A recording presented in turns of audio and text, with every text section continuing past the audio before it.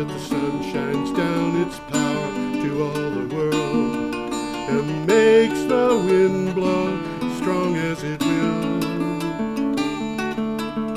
I wanna hope gentle rains can fall upon the land, so lovely earth can stay lovely still. Hello, ladies and gentlemen. This is Energy Week with George Harvey and Tom Fennell. Tom Fennell, the famous man about town. And I'm George Harvey, who is not famous and not much else. The thing that we do here is talk about the previous week's news about energy. I put it together at a blog, geoharvey.wordpress.com, and we grab the best things from the blog and talk about them here. And we're going to start off this week with a story that should have been here last week and wasn't. I missed it, but I wanted to bring it up. And it is an opinion piece that appeared in the Washington Post and elsewhere. It appeared all over, called A Reagan Approach to Climate Change. And it was written by George Shultz, who was Ronald Reagan's Secretary of State. Yeah. And he says... Yeah, he wrote it himself, so he was writing it in first person. That's I think this, I think that. Yep. And he was thinking some good stuff. Yeah. He says, observations of changing climate are simple and clear. He concludes that the globe is warming and carbon dioxide has something to do with that fact. And he says those who say otherwise will wind up being mugged by reality. And he proposes a carbon tax, which is something that happens to be before the going before the Vermont legislature and elsewhere. Yeah, they're talking about that in a lot of places now. Well, Valerie Stewart and Molly Burke are both behind that. They're both representatives local reps from Brattleboro, but there are other people involved in it too. And there are good reasons to go for a carbon tax, and of course, George Shultz is cognizant of many of them. Well, he sums this up pretty well, and I'll quote him. We all know that there are those who have doubts about the problems presented by climate change. For which they're highly paid. Huh? For which they're highly paid. Their doubts. Some of them are, yeah. But if these doubters are wrong, the evidence is clear that consequences, while varied, will be mostly bad. Some catastrophic. Bad. Yes, right. So why don't we follow Reagan's example and take out an insurance policy? That's what he said. If they're right, we haven't lost anything. Yeah. If they're wrong, we're in deep doo-doo. Yeah. Well, one of the things that's nice about the insurance policy is that switching to renewable power is going to give us some things that we could really use, like energy security and lower priced energy, because renewable power is cheaper than Well, it's the old certainly stuff. turning out that way, Yeah. and it's not going to be very long before people look back at this thing and laughed. Back in those days, they used to pay for their power. Yeah, right. Yeah. Okay, so we're starting on Thursday, April 2nd. The global wind market can expect continued growth for the rest of the decade, according to the Global Wind Energy Council. They suggest the market will top 50 gigawatts again in 2015 and reach 60 per year by 2018. China will lead the growth, the body said, and seems on track to hit 200 gigawatts ahead of its 2020 target. That's a lot of gigawatts. That's a lot of gigawatts. That is the equivalent, I'm just going to say, it's the equivalent of about 60 nuclear power plants. All right. Yeah. That's, when you consider, that would be the equivalent of putting in, 5 nuclear power plants every year. Yeah. Or more. Yeah. And but the cost of running these things is minuscule compared to the cost of running a nuclear. Well, that's the rub. That's what eventually is going to win out. The cost of running it. Yep. This article also mentions the Indian market, which is growing. Yeah. Latin America is becoming a strong regional market led by Brazil. Yep. Mexico's catching up. So everybody's getting on the ball Everybody's getting on, except in certain parts of the United States. And, of course, Australia.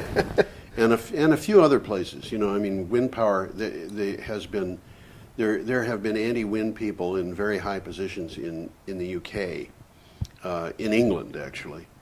and there have been successful campaigns against wind power there. Economy is going to win out. Well, the economy is, yes, eventually.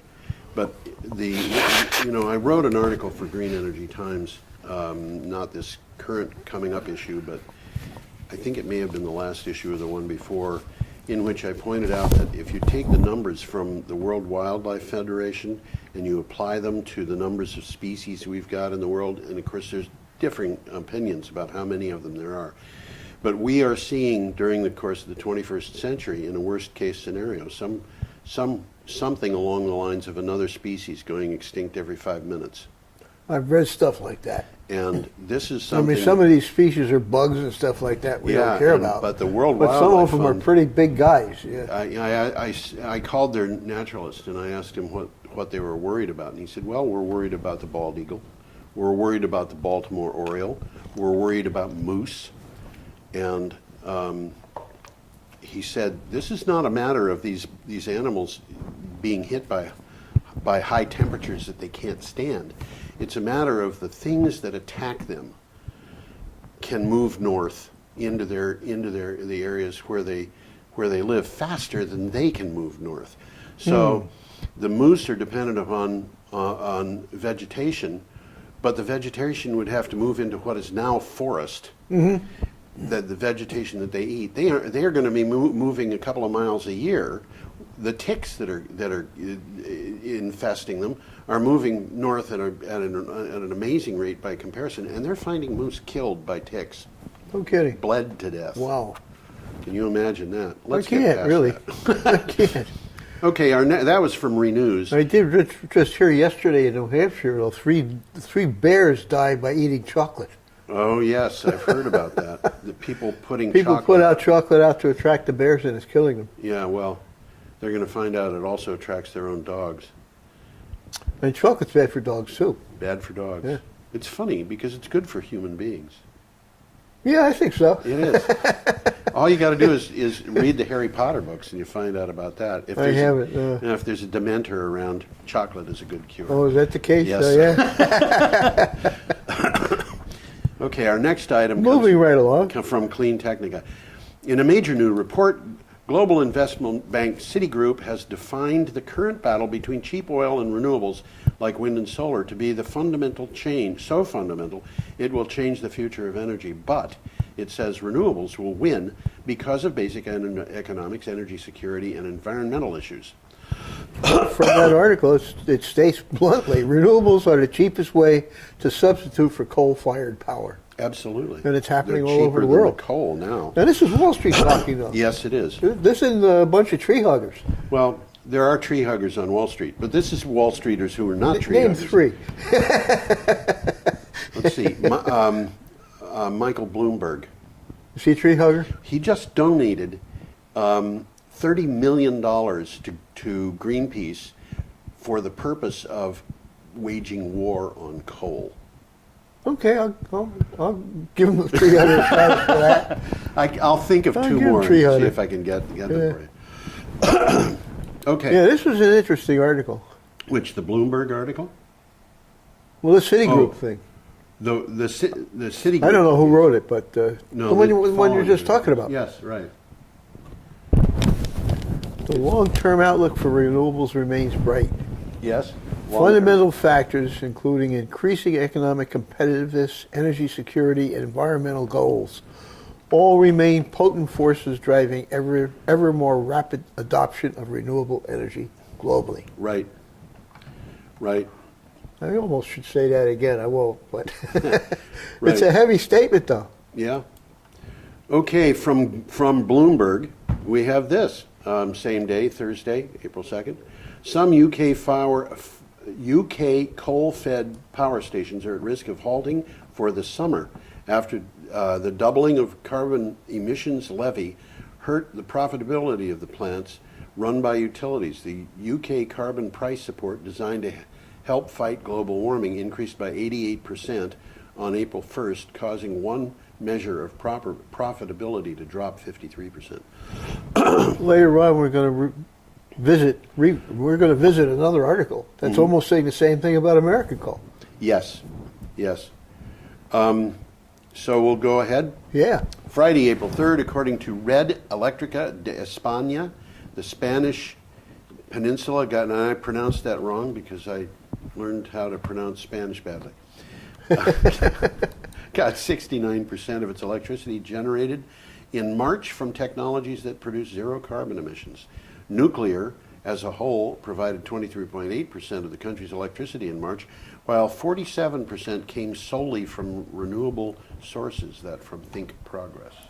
I find it interesting that picture up there of a solar farm Yes? is in a cemetery.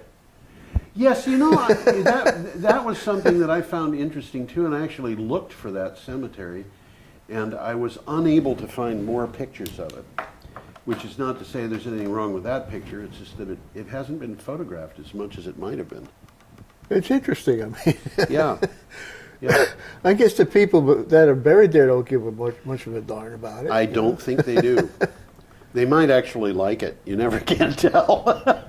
Okay. Now, Spain is the first country in the world to have relied on wind as a top energy source for an entire year. Wow. That's what this article says. We haven't been hearing much about Spain. Well, I hit a lot about Spain in the news, but a lot of it doesn't make it into the blog. Mm-hmm. And a lot of what's there about Spain has to do with the Spanish economy, which is not in very good shape. No. But it's actually, I think, helped by the fact that it's got so much in the way of renewables. Anyway, now Clean Technica gave us this one. Solar City continues to beat its own electric generation milestones at a mind-blowing rate. Solar City just passed the 5 gigawatt hour per day benchmark. This is just 2 weeks after reaching the 4 gigawatt hour per day. They're on a roll. Yeah, right, of electric generation.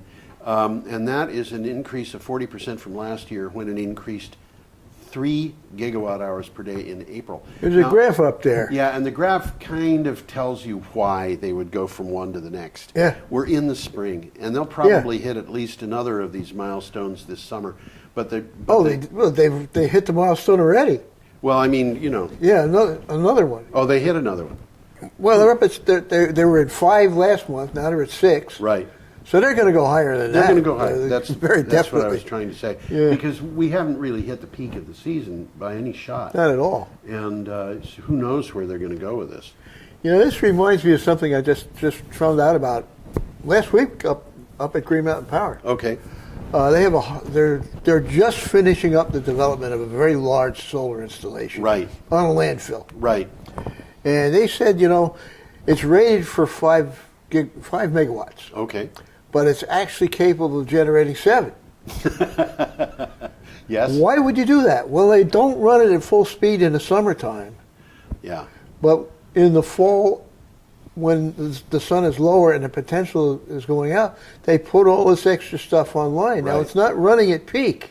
Right. They're limited to pouring in 5 to the grid. Yes. But if they were designing for 5, in the fall they'd be putting out maybe 3. So they designed for 5 in the So fall. they're designing for 7 Yeah. in the summertime, but they only run 5, and Yeah. in the fall they got 5. Right.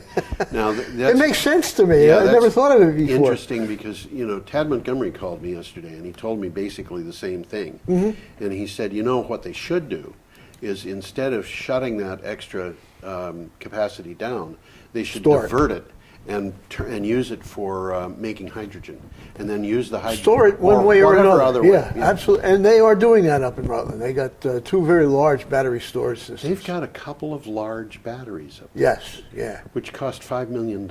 Yes. These are not the kind of thing you can buy at Brown and Roberts and stick in your pocket. I wasn't really in because they were working on it, but I looked into the lead acid component. Oh, okay. And these batteries were designed, they had been designed for the system. Yeah. The terminals are on the side. They were all set, climbing on top of each other and sideways, and they're all wired up this way in series and in parallel that way. Yeah. And they're sized so that they're on each wall, but there's 3 feet in between them for the crews to walk in and out. I mean, it was all designed for the purpose, and it was well done. Yes. Yeah. It was well I'll done. bet there I was didn't an get into the engineer nickel. involved in that. I didn't get into the lithium unit. Lithium. They were just getting that one. Well, but, you know, they've come up with a new thing too, which is that they're talking about aluminum now, and that's a new technology that apparently they said that where a lithium battery can be charged and discharged, 1,000 times. many times, yeah. They said that they've had these things, these aluminum ion batteries, go for a big multiple of what you could do with a lithium battery. I hadn't heard that. And it would still, and they had And not aluminum's seen cheap. any degradation at all. Wow. And they went through a bunch of other things. They're talking about charging the battery in seconds. Wow. Yeah. Yeah. And the one problem is that the voltage is only about half as high. Well, I think you can deal with that. I You mean, can you deal got to with it. look at the balance. Yeah, you can deal with that. Moving right along. Moving right along. Okay. VTdigger.org gave us a story that says a new report from the U.S. Energy Information Administration finds in New England electric rates went up on average 9% last year. Vermont's Green Mountain Power, however, reduced the rates by 2.46%. GMP has kept rates low for customers through a mix of things, including innovative products and services. Well, we've talked about them before. I mean, they know what's going on, and they said, how can we make money? Yeah. Whereas some of the other larger utilities and more traditional utilities are saying, we know how to do what's best. You got to listen to us. That's right. Although I came across another one, and I don't remember whether it's in this, I think it's in this week's news, but it talks about Entergy. We do have an article about Entergy here. I'll save it. Yeah, I'll we'll save it. Just watch. We'll hear about Entergy On later. Saturday, April 4th, we got this from the Journal of Turkish Weekly. Well, you come up with some wordies. This is web searches, Yeah, I I know. just take what I find. The Institute for Energy Economics and Financial Analysis estimates that the share of coal-generated electricity in China will decline from 72.5% in 2014 to 60% in 2020. That's a pretty steep decline in a short period of time. While last year's drop in coal use may have been a technical blip, Chinese coal consumption is expected to peak very soon, probably next year. And I'll bet that isn't quite the technical blip that these people say it is. And that I would bet that 2015 use will be down from 2014. I wouldn't bet against you. One thing I did read is China's elite, and there is an elite over there. Oh, yeah. Is very much against this pollution, and they're exercising, and they're putting pressure. They have on the declared government. war in their own terms. Yeah, That's what and they the government say. is getting. They're closing coal plants. Yeah. Okay, next from the Proactive Investors UK, the sharp drop-off of drilling activity in the offshore oil and gas industry, including UK's North Sea, means offshore service contractors are now seriously underemployed. Day rates have been dramatically reduced, and the industry experts expect the capital expenditure savings could be on the order of 15 to 20%. You are silent, Tom. I'm just trying to digest that one. Yeah. I guess It what means- they're saying is the price of oil is down. Yep. So activity in the North Sea markets North Sea oil is down. Down. So there's spare workers, spare capacity, spare boats, and they're taking advantage of it. They are laying people off, in essence, or not hiring them. They're not. These guys are hiring. They are. The oil guys are out of work, and That's these right. guys are hiring them. Yeah. And So- there's a good picture up there of some undersea turbines. Oh yes. And as you can see, they're different from oversea turbines. Yep. They have thicker blades. Much thicker blades. And somebody asked me, how do they make connections down there? Well, down underneath each one of these things, there's boxes, large boxes. They're probably the size of a container. Yeah. And I'm sure somebody goes into those little boxes. Oh, my gosh. A diver, and makes those connections. Oh, I don't want to do that job. This is a huge tidal project. Yes, it is. And they can make it bigger. They can make it as big as they can want. make it as big as they want to. Yeah. This thing is going to be 400 megawatts. Yes. 400 megawatts when it's finished. It's going to be about 600 of these turbines. Right. Maybe more. I don't know. But Yep. And these things are going to be running about, their capacity is probably going to be about 50%. and they're working on the incoming and outgoing tide. And they're going to be running at they're going to peak at 100%, and then they're going to Go down to zero, go down back to the other zero way. and back the other way. Yep. But my bet is that on average they're going to be running at about 50%. So That's probably a good guess. they're It's going to be gonna awful close to that. yeah, this is an appreciable amount of electricity, and of course it happens at a different time of day since it's 4 times a day and it's basically guaranteed. And it rotates around the It clock. rotates, Yeah. but it's going to be not the same as solar, and it's going to be not the same as wind, and it provides them with another kind of energy that goes into the mix. Well, there's a lot of smart people working Yeah. on this stuff all around That's the world. right. That's right. And some of them are really going to work out right. That's right. Okay, Imperial Valley News says since President Obama took office, solar electricity generation has increased 20-fold. That's a lot. 20-fold. 20-fold. Yeah, I look at that real quick and I say 20%. No, it doubled last year alone, so it increased 100% last year alone. The solar industry is adding good-paying jobs 10 times faster than the rest of the economy. The administration intends to drive growth in the solar industry further while also supporting our veterans.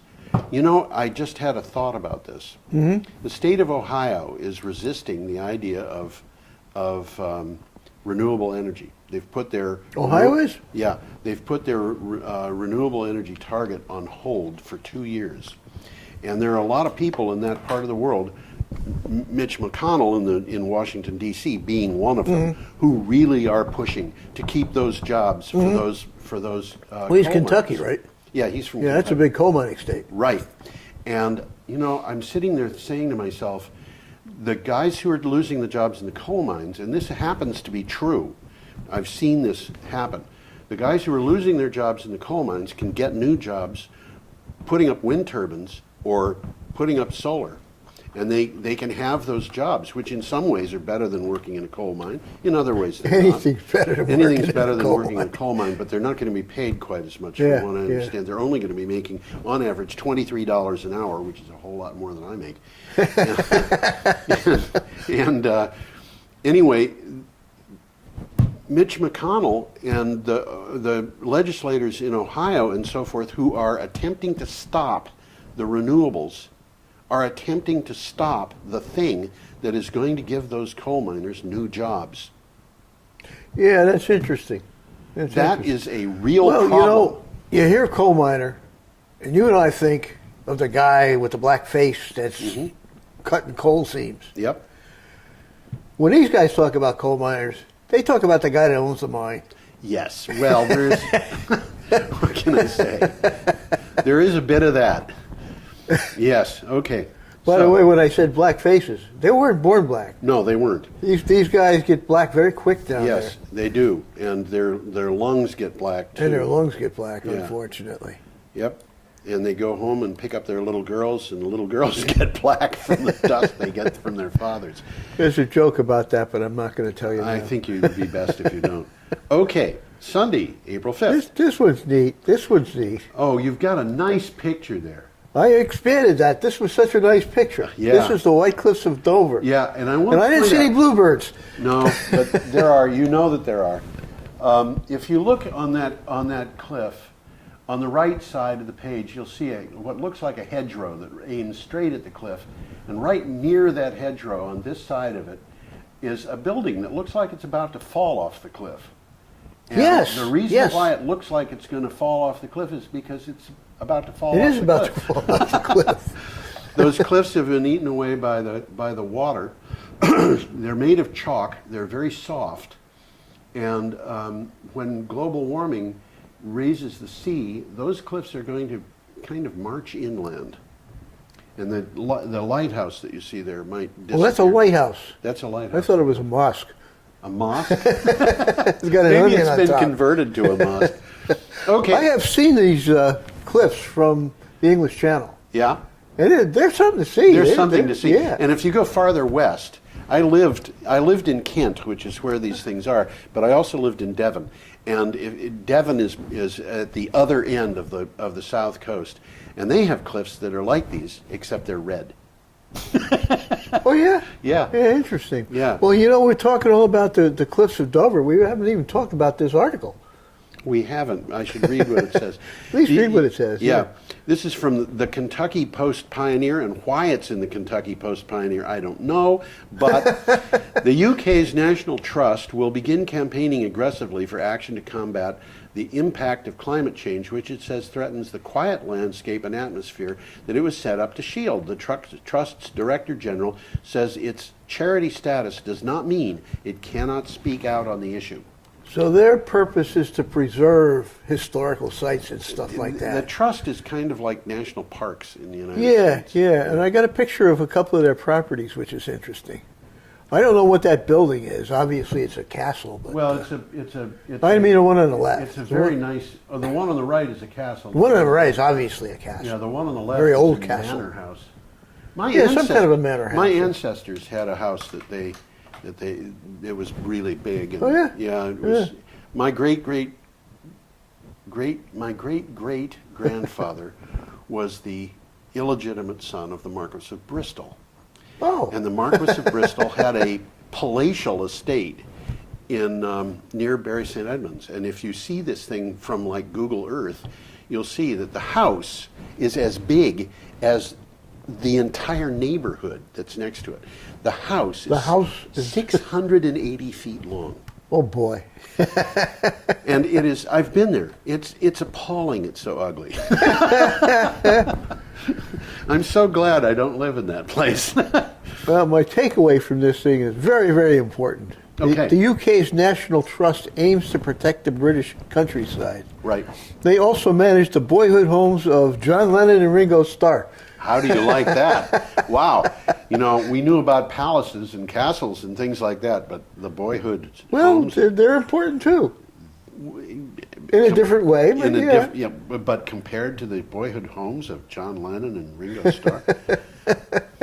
Okay. I would say the typical Englishman right now probably cares a lot more about the boyhood home of John Lennon than he does about the manor house of some baron that's dead a couple hundred years. Yeah, right. Okay, now this next one, I've got a little note on here that says thanks to Julia Michael of VPIRG for forwarding the article. And actually, there was one that you forwarded too, but I didn't give you credit for it because you're part of the team. I hope you don't mind. I think I recognize that one because I was saying I've read this one before. Yeah. The Vermont State Natural Resources and Energy Committee passed a resolution on Friday, that would have been the Friday, I guess the 3rd of April, declaring that human-caused climate change is real and calls on the state to take steps to reduce its reliance on fossil fuels. Not that it's got all that much in terms of electric generation, but we've got a lot in heating our homes. Yeah? Got a lot in that, yeah. Interesting And, of course, quote here by John McClary, who's a noted beginner. Yes. Well, what can I say? McClary says there is no empirical evidence that human activities have any detectable effect on global temperature. How do you like that? No empirical evidence. Well, I won't comment. Okay. Here again, I got another one. Another one that's highlighted. U.S. Senate Majority Leader Mitch McConnell, Yes. Republican of Kentucky, Yes. asked all 50 governors to refuse to abide the Environmental Protection Agency's proposed limits on greenhouse gases. Yes, he wants to make sure that those From coal power miners plants. stay in the coal mines, whether they have jobs there or not. Yeah. In a response last week, our governor, Peter Shumlin, said he disagreed with O'Connell. That was very polite of him. I disagree. Climate change is real. It's a threat to humanity. Yeah. We should be working harder to address it, not rolling back efforts to do so. Absolutely. I agree with Governor Shumlin. Okay. USA Today says California has a giant reservoir to its west that could supply it with water. It is called the Pacific Ocean. With new state policy, desalination plants related technology are being introduced or revived in the state. The $1 billion Carlsbad desalination plant south of Los Angeles is scheduled to open in 2016. Now that picture there is of a desalination plant. Yeah. And I can't really figure out what's going on at all. That isn't what I envisioned it would have been. Well, you know, I'm not sure that I could envision a desalination plant either. I would just figure that they're boiling water, collecting the steam and condensing the steam, and the salt isn't in it anymore. But you know, Tom, think about this for a second. If you have a pump that's above a body of water, and the pump is trying to pull water up, there's a limit to the distance that it can pull the Oh water. yeah, so something around 30 feet. Right. And the reason for that is because when the water gets under that much vacuum, it just starts to boil at room temperature. So you can't maintain the vacuum to pull it up because it gets filled with steam. Okay. Okay, we're talking about water boiling at room temperature. So they're doing something like that then to I save don't energy. know. I don't know. But it makes sense. Yeah. If they don't have to boil it, they're saving Yeah. energy. I had a chemistry teacher when I was in high school who, you know, I remember him with a vial that was over a flame, and the vial came to boil, and he corked it and put it under cold water, and it just sat there and boiled and boiled and boiled and boiled and boiled while cold water was running on it. And I said to him, "Sir, how hot is that?" He said, "Well, it's probably pretty cool." He said, "Stick your hand out." And he uncorked it and poured the boiling water on my hand, and it was cold. Yeah, yeah. It'll boil at room It'll temperature. boil It'll at- boil it. yeah. In the physics classes, he would have water boiling and freezing at the same time. Kids thought that was cool. But anyway, I don't know how those desalination plants work, but they're different technologies for those. Well, things. clearly this is they identified it as a desal plant, and Absolutely. I can't figure out how it's working. But Yeah. it's all these little containers, little cylindrical things. I don't know what they are, but I don't know it what they seems to are. be working. It seems to be working. Well, I would imagine they wouldn't build it if they didn't have some Bingo. indication that it was going to work. Okay, Bloomberg, Monday, April 6th. Coal companies are in trouble because of low prices. This is the one you we sent, were referring and to. this was brilliant. Thank you for sending that. They keep pulling coal out of the ground, taking a steady loss rather than one big write-down in the hope that the prices will bounce back. That, of course, is only adding to the supply glut in the U.S. So it's a vicious circle. It's a vicious circle. And the world's second largest producer and driving prices down further. This is from Bloomberg. Now think about this for a minute. The Saudis said, we're going to pump that oil. We're just going to pump that Yep. oil. And the price of oil went down Yep. to below $50 a barrel. Why did they do that? Well, we had all kinds of speculation. They were trying to punish ISIS. They were trying to punish Iran. They were trying to punish Yep. Russia. They were trying to ingratiate themselves to the U.S. They were trying to kill the U.S. shale oil industry. They were trying to kill the U.S. fracking industry. And a month ago or so, there was a fellow who had just retired from their oil ministry who said, no, we're pumping the oil out of the ground because we want to sell it.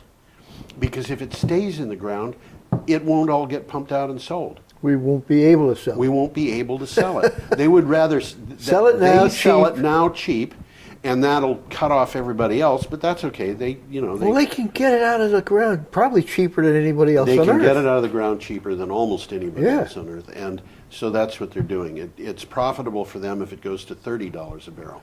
And I think it cost them something like 15 cents a barrel to get it out of the ground. I don't know, but you know, Well, it takes that was what it was when I was down there. shale oil Yeah. in the United States. It takes 2.5 gallons of oil to get, To get 1 gallon out out of the ground. That doesn't sound like it makes sense. No, what it means is they pull 3.5 gallons out of the ground, and they're only able to sell Yeah, one of them. one. And they produce 1.5 gallons of dreck that falls into a toxic pond for every gallon of oil they sell. And that mess pond that they've got is in land that 20 years ago was pristine. But, you know, we're destroying the countryside with shale oil, and there it is. But this is what's going to happen, I think, maybe to the oil industry. I was saying not all that long ago that maybe I expect the price of oil to go to $150 or something in the next year or two. I think we all expected that. Yeah, We didn't expect the Saudis were going to do what they're doing. And maybe what's going to happen instead is that the price of oil is just going to stay low, but people are going to find it harder and harder to find it, even though the price is low. Mm-hmm. We don't know. Interesting picture here. It's an antique picture of a coal mine in Appalachia. Oh. And there, you can see there's a horse in it. Oh, yes. That's what the Welsh ponies were bred for. Yeah. To go down in the mines.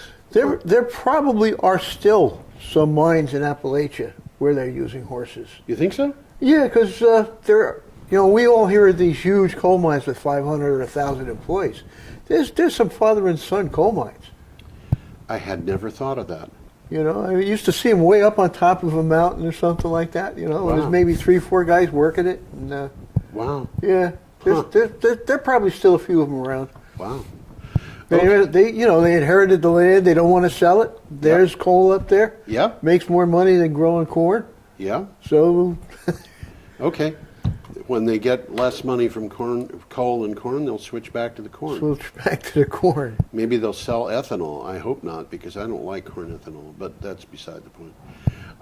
I would much rather that they grow Kentucky Gentleman corn. Kentucky Gentleman corn? Yeah.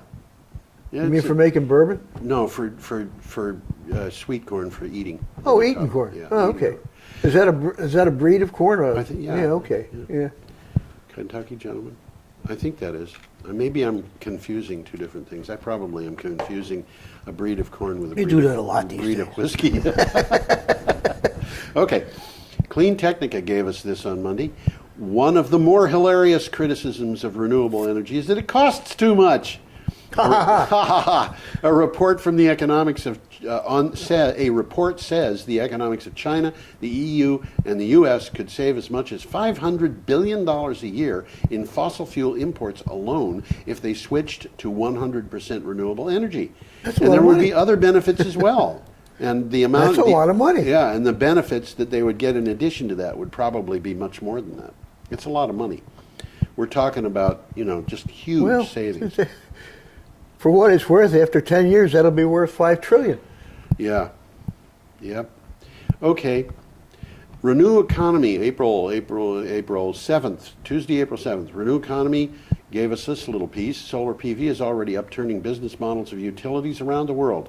Yet right now it contributes just 1% of global electricity demand. Imagine what the impact will be when it grows another tenfold in the coming decade. Deutsche Bank expects solar to become a $5 trillion market by 2030. And Deutsche Bank sounds like it's German, but it's a worldwide bank. It's a worldwide bank. That's Wall Street talking again. Yeah, that's Wall Street talking again, exactly. It's Wall Street in the Wall Street stretches around the world. And it's not just in New York City. No, it's a metaphor more than it is a street. Yeah. The renewable power, and particularly wind, but also now it's getting to be solar, is a small amount of what's out there. But it's growing fast. It's growing, and it's got a long ways to go, and it will achieve that. Yeah, but the thing is, the coal industry is declining fast, and they don't have any hope of rebounding. It seems that's correct. The natural gas industry is not growing despite new plants that they're putting in. Well, it turned out to be somewhat of a bubble. They're not getting the yield that they counted on. Yeah. So, I think that the fossil fuel industry is looking at this and saying, whoops. Or as a teacher I used to have said, would say, boy, are you in trouble. Well, this next one's kind of interesting. Yeah. Hydrogen fuel news always comes up with good stuff. According to a new report from the Solar Energy Industries Association, Vermont added 30... Oh, you skipped one. Did I? Yeah. Well, let me read this one. Yeah, okay. We'll or go do you back want to the go one back? We'll go back to the one you skipped. Okay. You want read this one? Go okay. for the one you want. Vermont added 38 megawatts of solar capacity in 2014, which brings the state's total installed solar capacity to 70 megawatts. Which means in turn, by the way, that it started the year with 32 megawatts and it added 38. That's a bit of a jump. Enough to power 7,500 average homes. $76 million was invested in Vermont solar last year. This is a big industry in Vermont. Well, this article states there's more than 70 solar energy developers working in Vermont. Yep. And they're employing more than 1,000 people Yeah, in Vermont. In Vermont. And many of those people live in Vermont. Nationwide, the U.S. solar sector is employing more than 174,000 people. Yeah, which That's is a lot of people. more than the coal mining industry. I think it is. Yeah, I think it is. And the solar and wind industries are adding new jobs at a rate of about 4 for every 1 that is being lost in the coal industry. Well, that's encouraging. It is. That's encouraging. Yep. If those guys would tell Mitch McConnell to shut up and go away, they'd have jobs. Okay, should we go back to... Yeah, let's go back to this one, because this is interesting. Penn Energy. You know, I knew you'd find that one interesting. I'm sorry I skipped it, but I thought you'd want to dwell on the thing in Vermont longer. The first grid-connected hybrid flywheel project in Europe has been announced and is to be sited in the Irish Midlands. The development and storage will be welcomed by renewable energy industries as technologies they offer continue to make inroads in affordability, cost-effectiveness, and grid stability. That from Penn Just Energy. another way of storing energy. Yeah. Hydrogen's one. Now batteries is yeah, one. Yeah. Pump storage is another. Yep. And here's flywheels. Flywheels, which And you there can is- put anywhere. Well, talk about anywhere. There's one near here. Yeah. It's over by North Adams. Yeah. It's in New York State, just over the border. Yeah. And as far as I know, it's still running. It's Millerton, I think, is the Millerton. town. Well, these things, I don't know how cost effective it is to build these things as opposed to other things. Must be one heck of a big flywheel. They're big flywheels. But I've seen a picture of one. I was surprised that it was as narrow as it was. It looked like it was only a few feet across.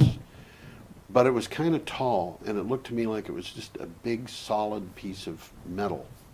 I haven't seen one, so I really can't conceive it. I ought to go over there and see what this thing is. If you decide to do that, let me know. I'll go with you. I'm sure we could get a chance to see it if we call the right people. I suppose. It'd be nice I had to a friend find was working on a flywheel-operated car. Oh, yeah. Just imagine what that would look like in a head-on collision. Well, the flywheel was going to be under the floor. Okay. Yeah. So there wouldn't be much different from an electric car now. Unfortunately, he died before he finished the project. But he died happy. He died on a golf course. Did he? Yeah. Was he struck Had a by heart lightning? attack. Oh, he had a heart attack. Yeah. A young man, too. Getting struck by lightning is a way that some people I hate die. it when that happens. I got struck by lightning once. Did you really? Yes, I did. I was walking. Is that what happened to you? It is. I was walking up my basement stairs and I got struck by lightning. Wow. It was very strange. Okay, I think we should keep going, though. Yeah, I think so. I'll tell you about being struck by lightning some Other time. Okay, Wednesday, April 8th, Renews tells us that the New York State has issued a $160 million call for clean energy projects. Eligible renewable energy sources include wind farms, solar projects, fuel cells, biomass facilities, renewable biogas, upgrading small-sized to medium-sized hydropowers that provide power to the electric grid, and probably a bunch that I didn't name. The picture I got up there is quite interesting. Yeah. I mean, I think it's actually quite attractive. Yes. And it's a real picture. I mean, that's a Yep. real installation in western New York State. Yep. Cohocton. Cohocton, yeah. It's a pretty picture. It is. Yeah. And I wouldn't be surprised if that picture was taken from the top of one of those wind turbines. I would bet, because it was certainly taken from an elevation. And I don't think I would have wanted to fly an airplane in that close to those wind turbines. Depending on how good a pilot you were. I suppose it does. Okay. Our next piece comes from Solar Power Portal. London-based power developer, oh, I love this one. Light Source Renewable Power has revealed that it connected 300 megawatts of PC capacity in March. It energized 27 solar farms prior to renewable obligation support for projects greater than 5 megawatts being scrapped. The company has a target of owning 1 gigawatt of UK solar capacity. This is 300 megawatts of solar power connected in the UK in 1 month. Only in the UK. Only in the UK. This Light Source is a pretty big outfit. This is astonishing. This is absolutely mind-blowing. You know, just think about this for a minute. This is one company in 1 month. Now, of course, they didn't do all that work in 1 month. They connected those. Oh yeah, no, probably they over a year and a half. they're up against a They're up against a deadline. a subsidy. Yeah. The subsidy is about to expire. They Yeah. call it the renewable obligation. Right. And that subsidy's about to go, and they got into high gear. Yep. We got to finish this. But just think about this, Tom. 27 solar farms with a capacity of 300 megawatts. That means the average one was bigger than 10 megawatts in the UK. Yeah, bigger than 10. Bigger than 10. And the one we have on Putney Road is 2. Yeah. So that's And- 5. Each one of them is 5 times bigger than the Putney Road project. The limit for I forget what the benefit is that the state of Vermont gives, but there's a benefit that it gives that limits. That expires over 2. And there's another one over 5. There's a different program. Okay, but you know we've got Rutland, Green Mountain Power has got something like 12 solar projects in Rutland, totaling 10 megawatts. Well, the one I was in was much bigger than the one on Putney Road. I think that was pushing 5. Yeah, And it was big. I mean, Yeah. it was interesting to me because they built it on landfill. Yep. And I would expect all these solar panels, as I've seen them, to be all in neat rows. And these things. And these would undulate with the road. They do that in Vermont. They do Undulate it. with the terrain. Yes, it looks like you're going to get seasick just walking, being amongst them. That was from Solar Power Portal. Do we have more on that, or do you want to just go ahead? We've got 2 more articles. There's not much more on that, just some numbers. You Well- know, and you've hit most of the numbers already. So let's move on to the next guy. Okay. This is our good buddy Entergy. Our good buddy Energy. We said we were going to get back to energy, and you know this is something that I think is really Well, kind of this fun. this when is you consider- interesting. This because they're let's say maybe waking up. Maybe. By the end of August, solar power should be part of Entergy Mississippi's electric generation repertoire. The utility broke ground on Tuesday on one of 3 solar projects it plans in Jackson, Senatobia, and Brookhaven as part of its $4.5 million Bright Future plan. It's the first large-scale solar project in the state. This is from the Jackson Clarion Ledger. I think we've got about as much solar in the Brattleboro area as Mississippi has. We probably do. What I find interesting about this is less than a year ago, Yeah. there was some sort of a statement from Entergy. That's right. Saying that this is the stuff we do best. It's nuclear, right. it's coal. It's We're not nuclear, going to get coal, into natural renewables. gas. We're not going to get into And here they renewables. are. Here they are. You know, now obviously. This is also interesting because they're putting in tracking systems. So Yes. they follow the sun. Yes. You get much more out of them, but they cost a lot They more. cost a lot of money. And a lot of people, you know, I've seen the different people say, okay, I would use a tracking system or not, and they justify that on the basis of economics. And a lot of it depends on things like how much does the land cost? Because you can get more power out of a smaller A parcel. smaller piece of land if you've you're got following tracking. the sun. Yep. So there are a lot of things that go into that. It's always a decision. balancing act. It's a It is. balancing act, exactly. Now, the takeaway here is, I don't know who we're quoting, but we're quoting one of the local politicians. Yep. Mississippians like to do things on our own. Yes. We like to fix our own cars and grow our own food. Now we want to produce our own energy. Yeah. This is a giant leap forward. Yeah, this And sounds it is. like somebody It is. from Vermont talking. Yeah. We should reach out our hands to the people in Mississippi and say, you and we are similar But in it's some ways. also symbolic of what is happening to the big utilities. Yes, I it mean, is. they are now looking at the future and they're saying, you know, we can't fight this anymore. We got to get on board. You know, this is Entergy Mississippi, which is not exactly the same as Entergy. It is a subsidiary of Entergy. Okay. And you can bet your bottom dollar that the main corporate headquarters are looking at this and saying, what is this going to be? But Of course they are. I don't think that Energy Mississippi would have done this without consultation with their bosses. I don't think so. Yeah. I can't imagine that. Okay. Our last item, and this is from PV Magazine, is this. The growth of microgrid deployment in the U.S. continues, with the latest project seeing a range of distributed generation technologies coupled with smart grid technology and storage. Network operator Encore has labeled a Dallas area project with 4 interconnected microgrids as the most advanced microgrid in North America. Yeah, this is a very interesting article. These Yes. guys are setting new guidelines. They're what am I trying to say?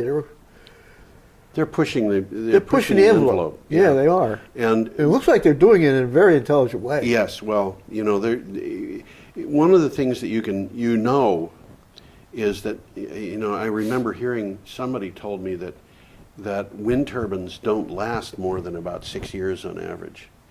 And I thought to myself, I don't believe that. I thought to myself, the companies that are spending millions of dollars each on these things Yeah. are not going to do due diligence and find out whether or not there's a warranty. And the warranty people who are building them are going to give warranties for 20 years or 25 years on something. On a 6-year? On a thing that'll No, only it ain't last 6 happening. years. So I looked into it to find out what was the warranty period on a wind turbine. Yeah. And the utility grade wind turbines, the warranty period is 20 or 25 years, depending upon where I guess it's it would coming have to be just to get financing. yeah, you've got to have that to get financing.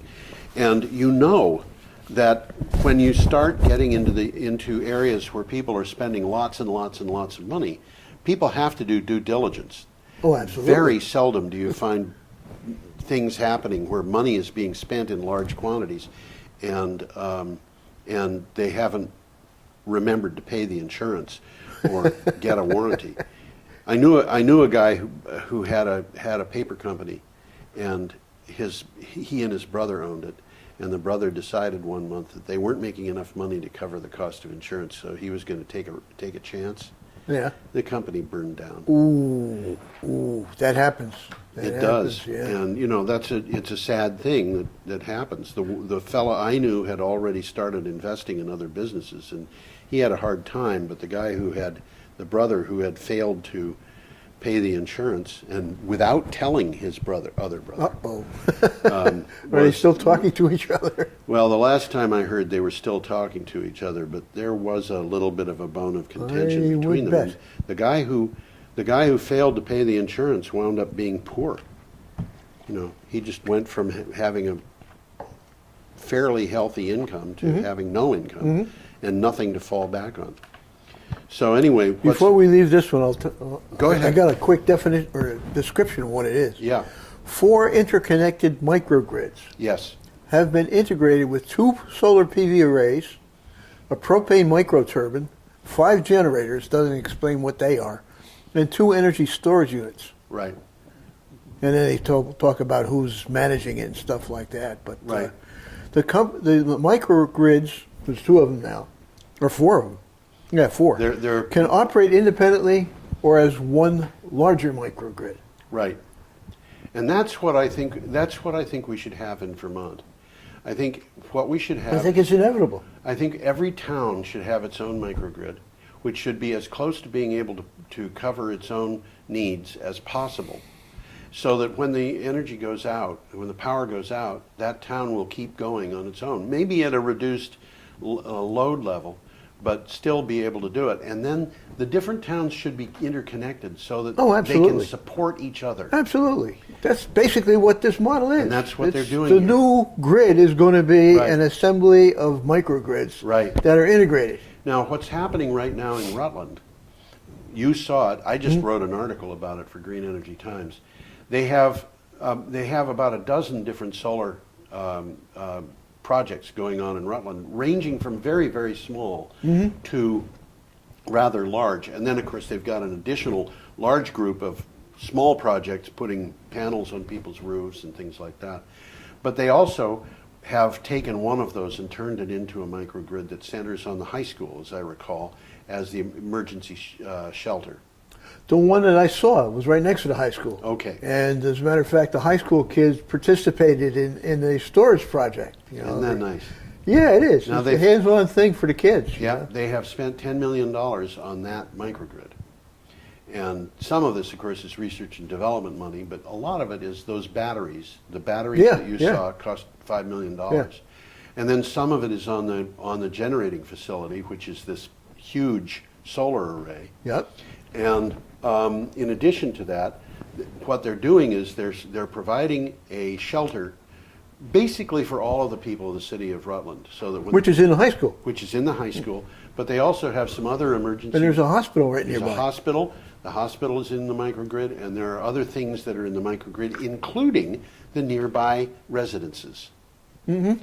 So there are people who are part of this microgrid. Mm-hmm. They don't want that to be the last microgrid in Rutland. They would like to see Rutland divided up and have a bunch of microgrids in there. I think it makes sense. It's Yeah. going to happen here in Brattleboro. I think it I mean, should. it will happen. There It's are just a people matter of working when. on it right now, and people in a subcommittee of the Energy Committee are looking into it, Oh, definitely. and it looks to me like they're having quite a lot of fun in the process. One of the problems with that right now, is Yep. there isn't enough localized generation. Yes, but But that's gonna change. I That's mean, gonna as change. we speak, more and more people are putting up solar, putting up. Right. I don't think anybody's putting up wind locally. It doesn't really make sense to put up a lot of wind in Brattleboro. Not here. But it Not would here. make sense to put it up nearby. Yeah. There are places in Guilford or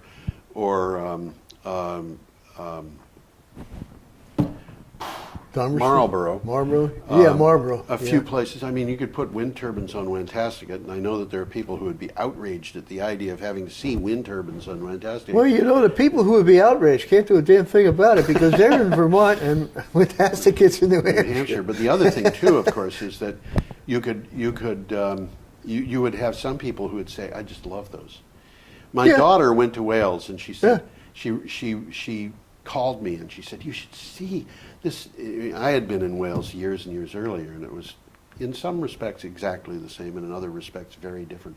She said, "You should see this place. It's beautiful. The mountains are all covered with sheep and wind turbines." That's interesting. Yeah, That's interesting. And that's apparently I've seen the tourist industry in Cornwall did a study on how tourists respond to their wind farms, of which they have a number, and what they found was there were some. About 2% of the tourists said that they would prefer not to come to a place that had those wind turbines. And there's a guy up 2%. in Michigan making money bringing people around to see the wind turbines. Right, but there were 8% of the people, 6%, 2% said they would prefer not to see them. 6% said that they were an attraction that would bring them back again. Well, I can relate to that. I can give you a personal story because Yeah. I used to be a tour guide at Mount Snow. Yeah, And I would take these busloads of people, came from Philadelphia, Boston, New York, take them around to different sites. And one of the common sites we took almost everybody to was Old Historic Deerfield, oh yes. which is a neat little place, and it's free. Lovely. And they got docents there telling you what these houses were. One thing I love about that place is I as a child, I went into that place and I saw things and I remembered them. And then as an adult, I brought my own children there and saw exactly the same displays. Cool. But anyhow, getting back to my story, if we go to Deerfield, we're coming back to Mount Snow across Route 9. Yep. And when we get to a certain place right around Marlboro, well, it's right at the top of Hogback Mountain going down. You can look in the distance and you'll see the Searsburg Wind Tower. Right. And there was always some sharp-eyed person on the bus that said, "What the heck are those things?" And I tell them what they were, and inevitably somebody would say, "Do we have enough time to go see them?" Yeah. And if we did, we would. Yep. And these people were very impressed. Look at. Now we're talking 20 years ago. Yep. Wind turbines were very rare then. Now everybody's talking Now about everybody's talking about them, and I remember that you and I went there. Yeah. And you took decibel readings on what was going on, and the wind turbines were not as They're loud. not terribly loud. Matter of fact, the traffic going by, just the I wheels. remember that there was a guy who was standing under a wind turbine with us, and he was talking, and he was louder than the wind turbine. Louder than the wind turbines. Yeah, they're not terribly loud. And the trucks using the Jake brakes over on Route 9. Bum, bum, bum, bum, bum, bum, bum. You know, they're louder than the wind turbines. Yep. Well, we're coming close to the end of our time here today. We are at the end of our time. We have to say goodbye. So I think maybe what we should do is make that simple and just say goodbye. I'm George Harvey, and this is Tom Fennell. Hi. Bye. Goodbye.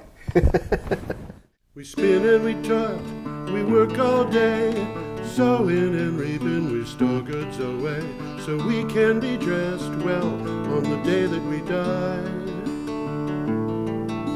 We dig and drill and waste what we find, break up the earth, leaving little behind.